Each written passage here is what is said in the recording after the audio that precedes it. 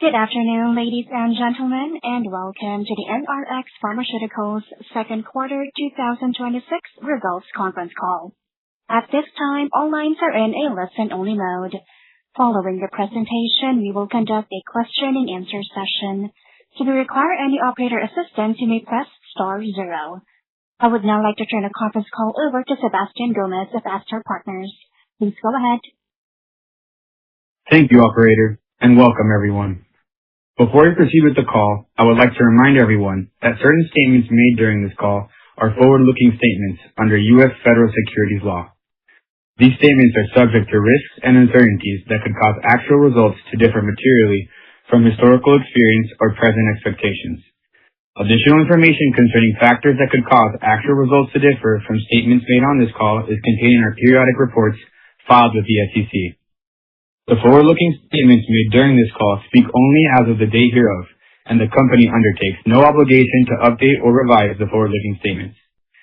Information presented on this call is contained in the press release issued today and in the company's Form 10-Q, which may be accessed from the investor page of the NRx Pharmaceuticals website. Joining me on today's call is Dr. Jonathan Javitt, our founder, chairman, and CEO, and Michael Abrams, our chief financial officer. Dr. Javitt will provide an overview of the company's progress during both the first half of the year and second quarter in particular, following which Michael Abrams will review our financial results. Following their prepared remarks, we will address investor questions. I will now turn the call over to Jonathan. Jonathan? Thank you, Sebastian. Good morning, everyone. Thank you for joining us. The second quarter of 2026 was a major inflection point for our company across multiple key objectives as we advanced our mission to bring hope to valuable patients battling depression and suicidal ideation. We continue to drive forward toward those key objectives with quarterly results that include completing the first cycle FDA review of our ANDA for preservative-free ketamine with only a single remaining major deficiency to resolve with FDA, advancing the path to approval for NRx 100 supported by White House and Congress guidance to the FDA for the use of real-world evidence to establish comparable or superior efficacy, working in concert with the U.S. military as the prime contractor that's been identified for the SPARK ENS trial. That's an FDA-approved Phase 2/3 trial of NRx 101 with robotic TMS that we expect will include 240 patients in our Hope clinics and at Harvard McLean, together with another 160 patients at military treatment facilities, all funded through the military. And we're still in the contracting process for that. Completing the acquisition of the Genero assets and the resulting partnership with NIH to potentially develop the first disease-modifying drug to treat ALS, and finally, continuing growth and development of the Hope Therapeutics clinic footprint with expanded operations in Florida. Let me start with the ANDA for preservative-free ketamine. As we discussed on our August 10th conference call, the FDA identified no major deficiencies related to the drug or to its manufacture. A single major deficiency was identified, however, related to the lure lock component of the vial. That's the little prongs on the tip of the vial that connects the vial to a syringe without having to use a needle. And FDA requested that the company provide a manufacturer's attestation that the vial is manufactured in the same manner as it is for 3 other currently approved drugs that ship more than 12 million units a year. This attestation has been provided to the FDA, and the company aims for 2026 approval. Accordingly, 5 million units of launch stock have been ordered from the manufacturer. Turning to NRx 100, we've continued to advance that new drug application to treat depression. Now, during the second quarter, a presidential executive order was signed by President Trump, and congressional budget language was added by the Agricultural Appropriations Committee of the U.S. Congress. That's the committee that funds the FDA. In both cases, guiding the FDA to use real-world evidence for approval of ketamine and other psychedelic products to treat depression. Evidence gathered from 65,000 Americans was presented at the American Society of Clinical Psychopharmacology meeting in Miami this year, demonstrating that intravenous ketamine has greater or comparable efficacy to intranasal S-ketamine with more rapid onset in treating depression. With alignment on the drug vial that's used both in this product and the ANDA product, the company is now poised to finalize its NDA, also aiming for 2027 approval. Turning to NRx 101, we're delighted to announce a positive and meaningful potential expansion of the market for this drug. As you know, we began working on this drug as an oral antidepressant for the treatment of bipolar depression. However, data began to emerge that the D-cycloserine component of our drug not only had the potential to augment the effects of transcranial magnetic stimulation, or TMS, perhaps doubling or tripling that effect in randomized prospective trials. More recently, research partners at Harvard McLean Hospital have seen evidence that the lurasidone component of our drug is independently beneficial. Now, the military's gotten involved in the implications of this research because military personnel who are required to take chronic antidepressants are not deployable. That's also true of first responders. A firefighter who takes SSRIs is off the truck. A police officer who takes SSRIs is generally forced to surrender a badge and a gun. At the extreme end, a pilot on antidepressants is grounded for 5 years. Now, TMS plus NRx 101 potentially opens the door to a short-term, effective treatment with long-lasting effects that can put a sailor back on a ship or a firefighter back on the truck. Now, as you know, DARPA, the Defense Advanced Research Projects Agency, as DoD's most advanced research organization, rarely does medical research. They're the people who invented the internet, who invented military simulation, who invented swarming drone technology, and a host of our most critical forward-looking technology.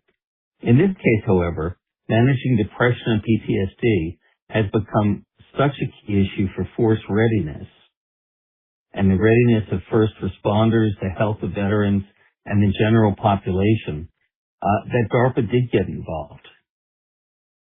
The SPARK TMS trial that you can read about on clinicaltrials.gov is a continuation of phase 1 and phase 2 research that was funded by DARPA at Harvard McLean that showed extremely promising results.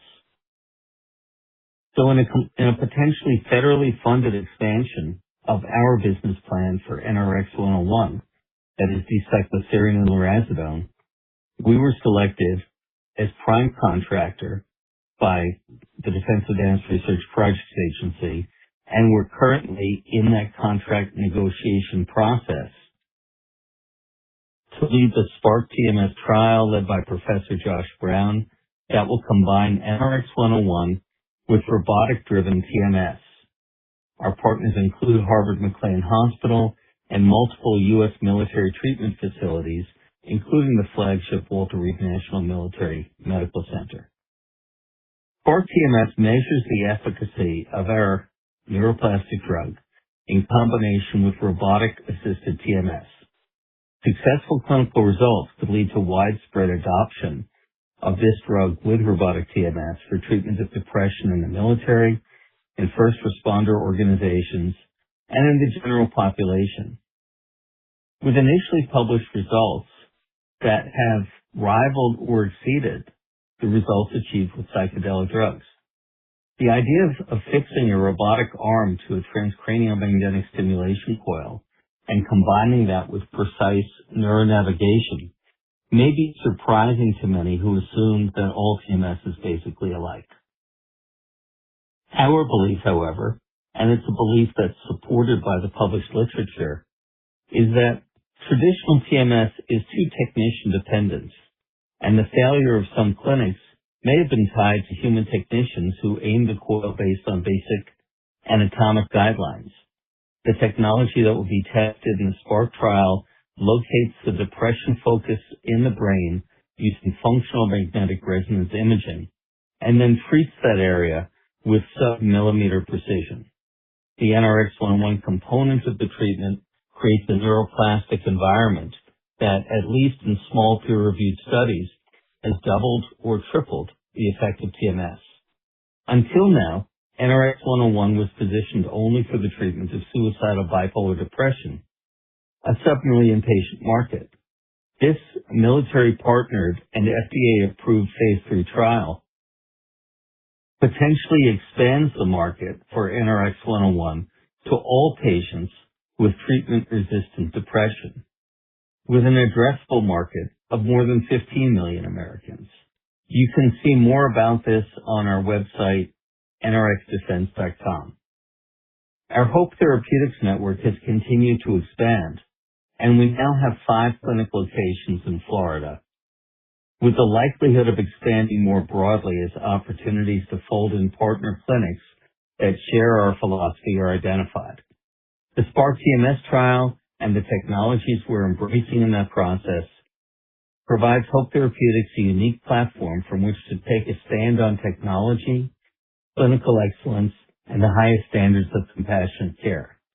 Our focus on neuronavigation, on robotic TMS, and neuroplastic-assisted care is not today the mainstream focus for people who get TMS. However, we expect to show that it produces a superior result in a shorter time frame than traditional handheld TMS. Finally, Genuro, a word that's new to many of you, is the culmination of 3 years of work and the potential beginning of a breathtaking, paradigm-changing, but longer-term opportunity.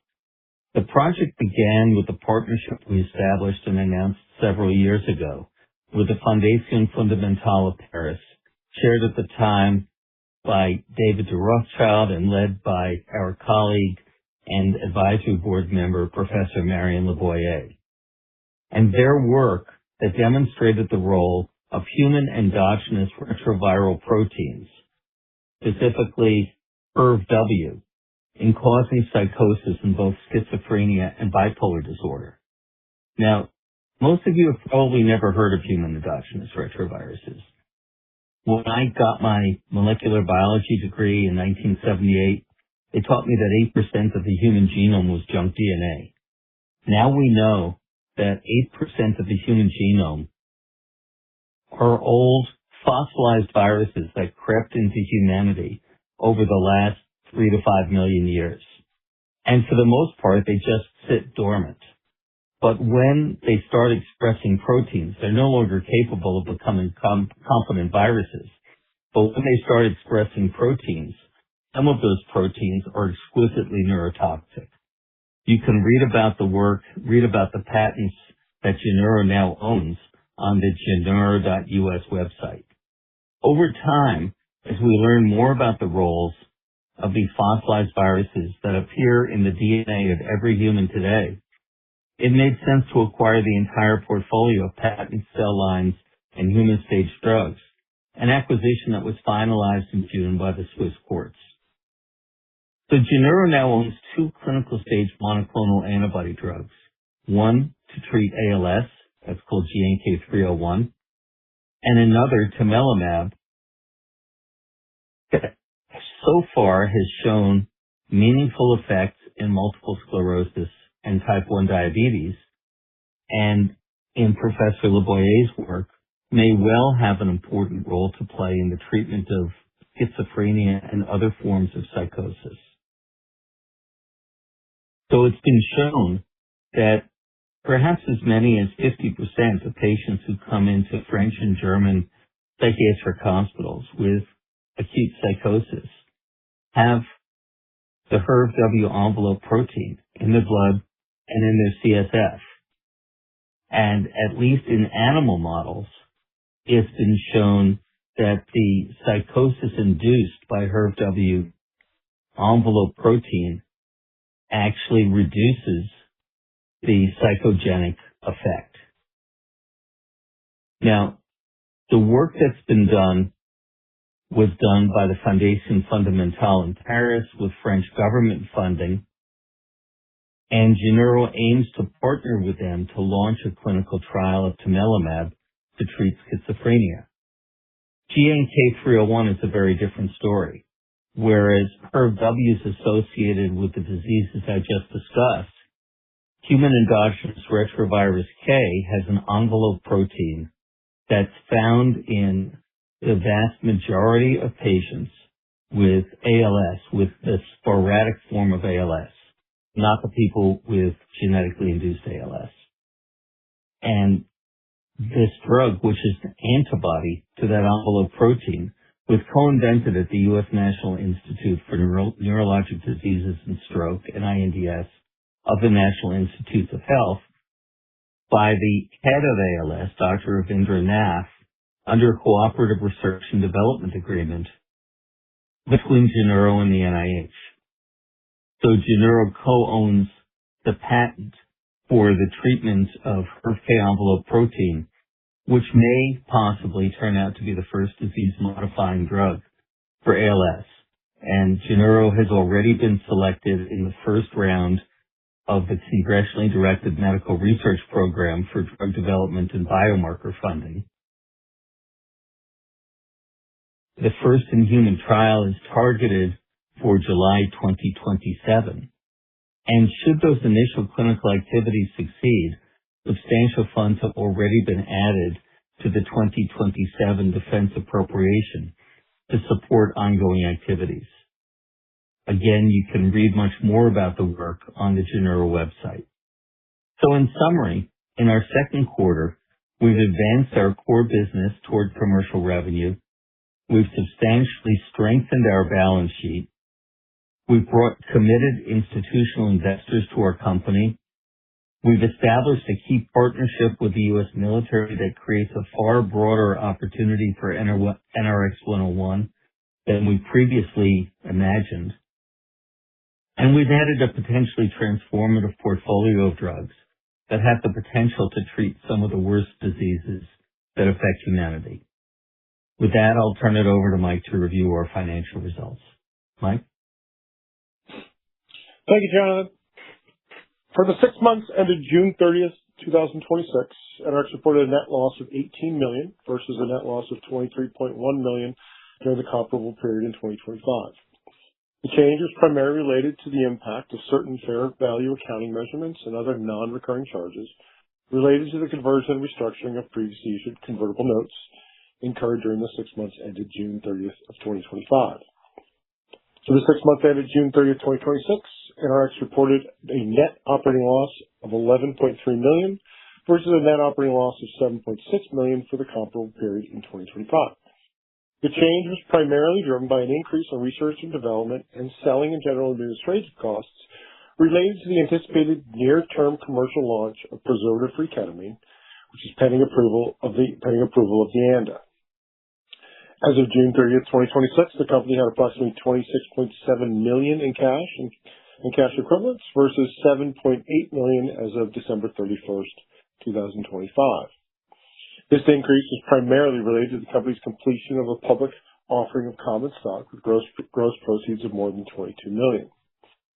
Management believes current cash resources, the economic potential of pending ANDA launch, anticipated growth in clinic revenue, and opportunistic utilization of the company's active at-the-market offering facility will be sufficient to support operations for at least a year. With that, I turn the call back over to Jonathan. Jonathan? Thank you. And thank all of you for giving us the resources to operate from a stable platform. As previously noted, the second quarter of 2026 was a major inflection point for NRx in our ongoing mission to bring hope to the most vulnerable patients battling depression and suicidal ideation, with noted advancements across all of our major platforms. So our goal of bringing hope to life is closer than ever, and now we're ready to take questions.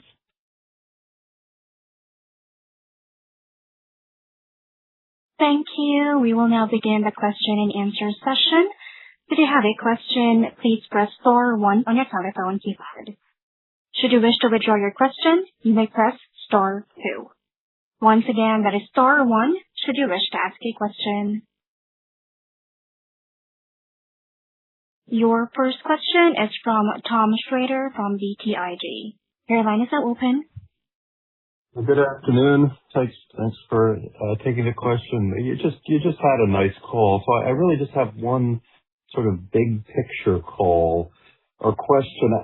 How do you think about launching Ketafree when you have the NDA ketamine coming on its tail? And I guess my view is that's a very different drug because of its likely potential for reimbursement, but it's really the same drug. So I appreciate it's early, but how should we think about that? Because I get it's a high quality problem, but nonetheless it's a complex one. So any thoughts you can share would be great.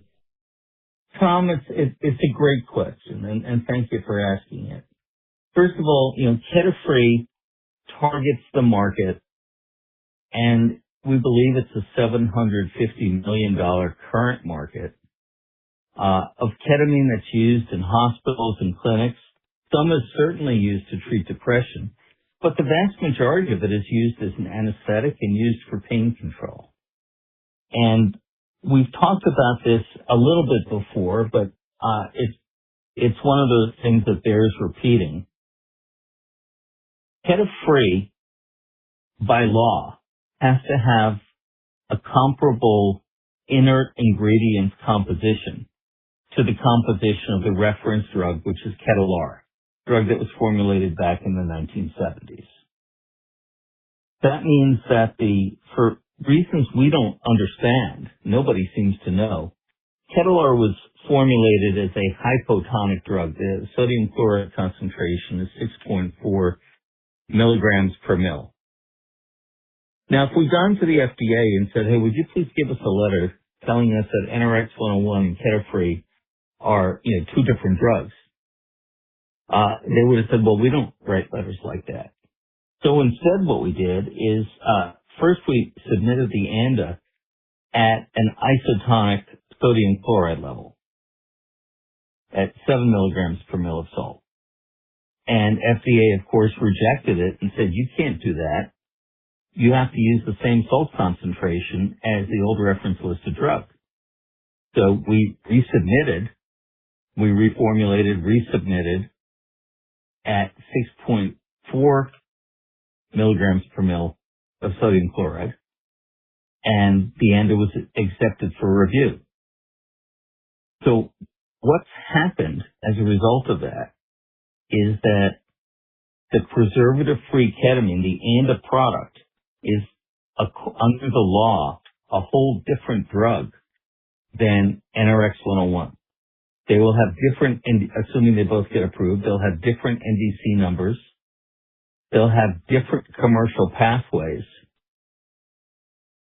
And while the label for NRx 101 with its NDC number hopefully will include the treatment of depression, the label for Ketafree never will. So if one of those drugs is reimbursed by insurance for treating depression, it's not substitutable with the old generic product. Does that answer your question? Yeah, got it. No, I admit you have talked about this a little bit before, but it was worth repeating because it's a subtlety. The answer is you got another trick up your sleeve. So thank you.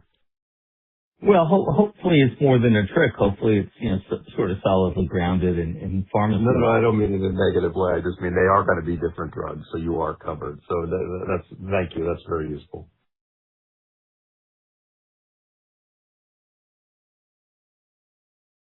Operator? Thanks.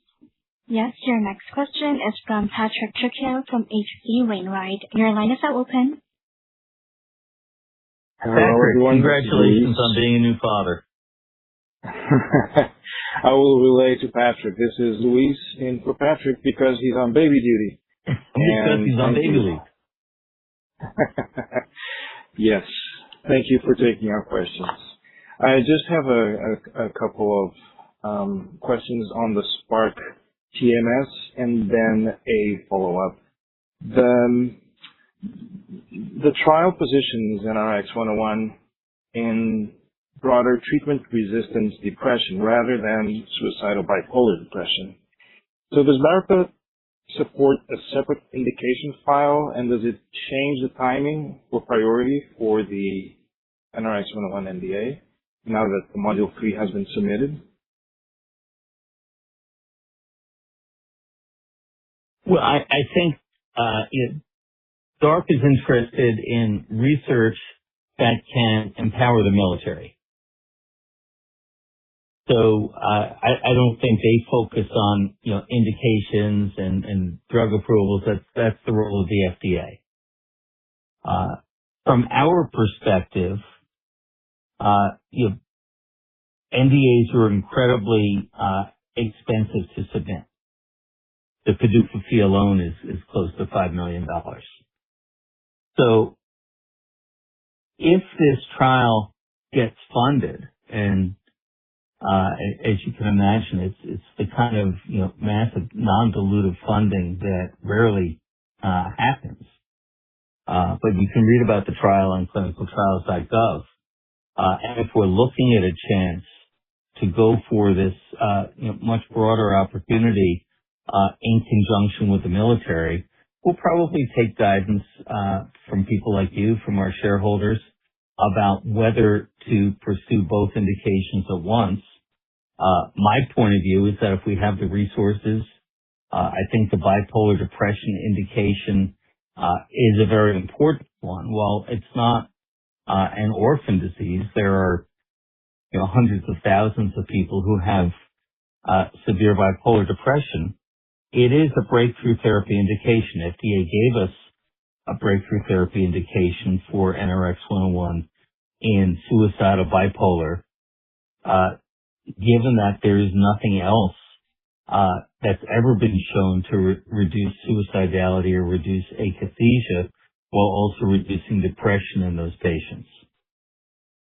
So our objective is going to remain to be to pursue both.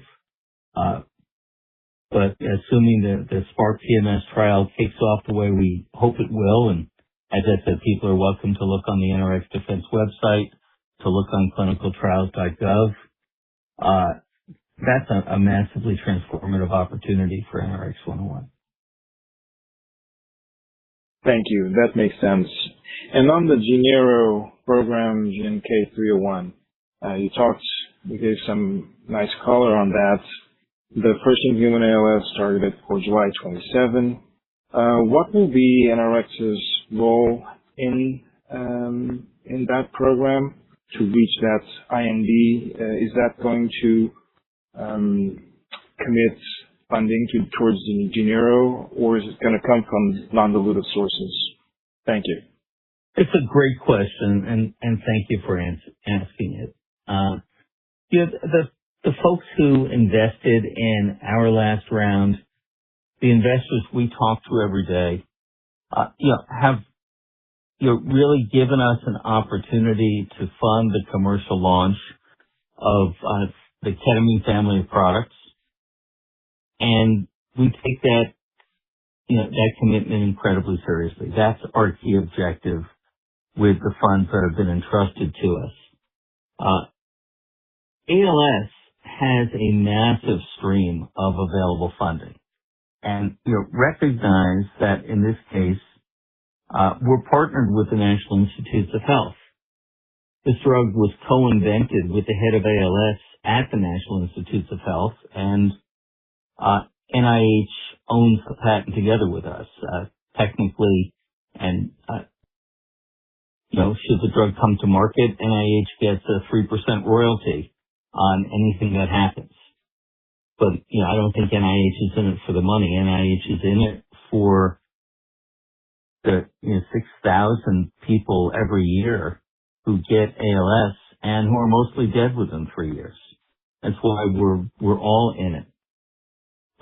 So there's a tremendous amount of federal commitment around ALS. Just a few days after We were awarded this portfolio. I applied for the first $3 million of funding from the Congressionally Directed Medical Research Program. And sure enough, the two applications we put in were selected in the first round, and we were invited to submit a best and final bid, which we'll do by September 30th.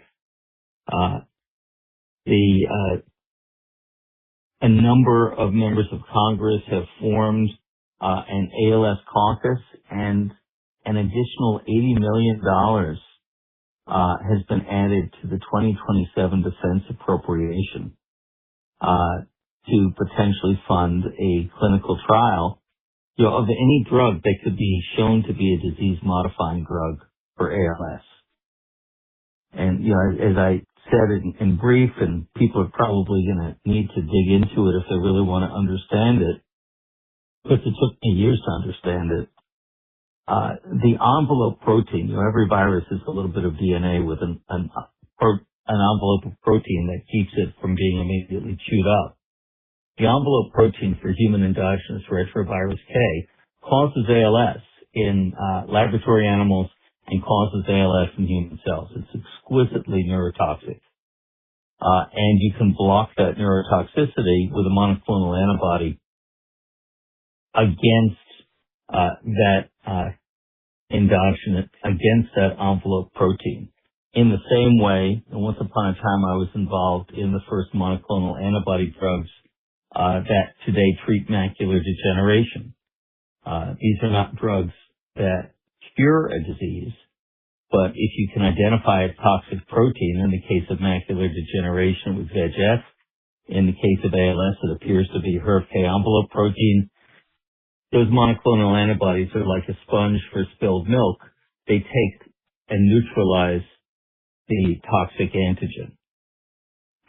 So if we're able to advance this, there's all the philanthropic money and government money, in the world to take risks that, Wall Street investors generally don't want to take. And we're talking to many of those funding sources. But one of them is the U.S. military, because combat veterans are known to have twice the rate of ALS as people who haven't been in combat. In fact, generally, if you want care through a VA hospital, you have to prove that your disability is service-connected. And the law says that if you go to a VA hospital and can show that you're a combat vet, you're automatically admitted for ALS. That's how strong the association is. So the long answer, but ultimately the short answer to your question, is we expect to develop this with non-dilutive sources. Thank you. That's helpful. Thank you. And your next question is from Ed Liu from Ascendiant Capital. Your line is now open.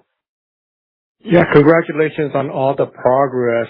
I was wondering, is it too early to think about international opportunities for any of your initiatives, either in Canada or in Europe? Well, on the ketamine front, I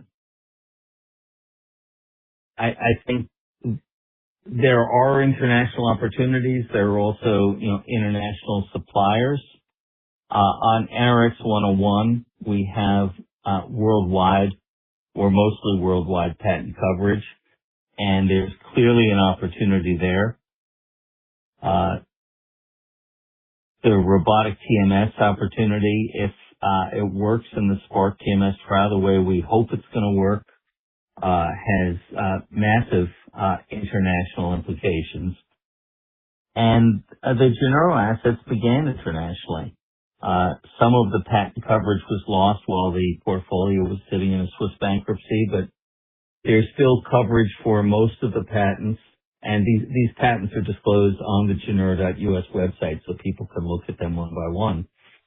There's still extensive patent coverage worldwide, and if these drugs show promise, I think one would expect that they will become global drugs. Thanks for answering my questions, and I wish you guys good luck. Thank you. Thank you. Thank you. There are no further questions at this time. I will now hand the call back over to Dr. Javid for the closing remarks. Well, thank you all for joining us. As you can tell, it's been an incredibly busy quarter. In fact, I'm in Vienna right now with two members of our team. Tomorrow, the first manufacturer of GNK 301 is going to be initiated at a partner called Polymune in Vienna.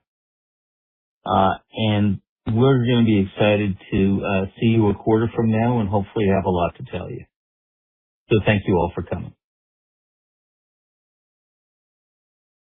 Thank you, ladies and gentlemen. That concludes the conference call for today. Thank you all for joining. You may now disconnect your lines.